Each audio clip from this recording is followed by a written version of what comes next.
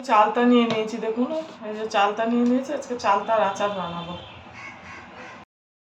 চালতাগুলোকে আমি ভালো করে কেটে নিয়েছি, খোলা ছাড়িয়ে নিয়েছি, নিয়ে ধুয়ে নিয়েছি।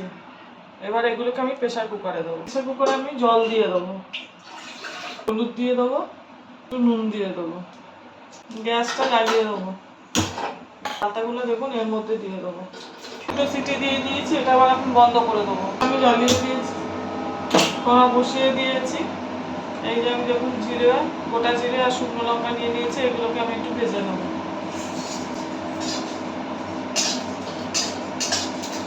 মশলাটা আমার ভাজা হয়ে গেছে, এটা আমি এখন ঢেলে নেবো। এটা ভাজা হয়ে গেছে, এবার এটা আমি মিক্সিতে নিয়ে নেবো।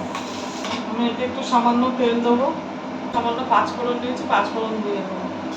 আমি সেদ্ধ করে নিয়েছি, এবার এই চালতাগুলোকে আমি এর মধ্যে দিয়ে দেবো।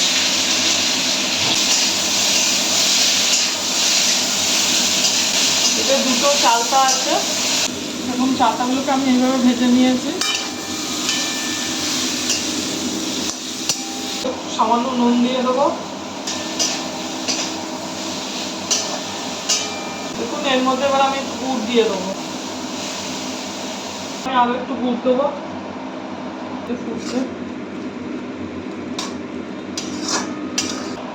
গোটা জিরে শুকনো লঙ্কা ভেজে রেখেছিলাম, এগুলো এবার এর মধ্যে দিয়ে দেবো।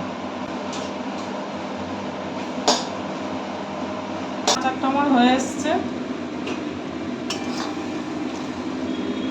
আচারটাকে আজকে আমি এইভাবে কড়াতে রেখে দেবো, কালকে সকালে ঢালবো। চালটাকে এইভাবে রেখে দিলে কি হবে, রসটা ভালোভাবে যাবে, খেতেও ভালো লাগবে। আচারটা আমার হয়ে গেছে।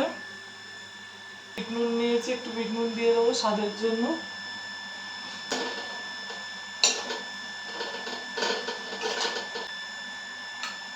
দেখুন আচারটা আমার বানানো হয়ে গেছে। এইভাবে বাড়িতে বানিয়ে করে খাবেন, ভালো লাগবে। আর আমার চ্যানেলটা লাইক, সাবস্ক্রাইব আর শেয়ার করে দেবেন।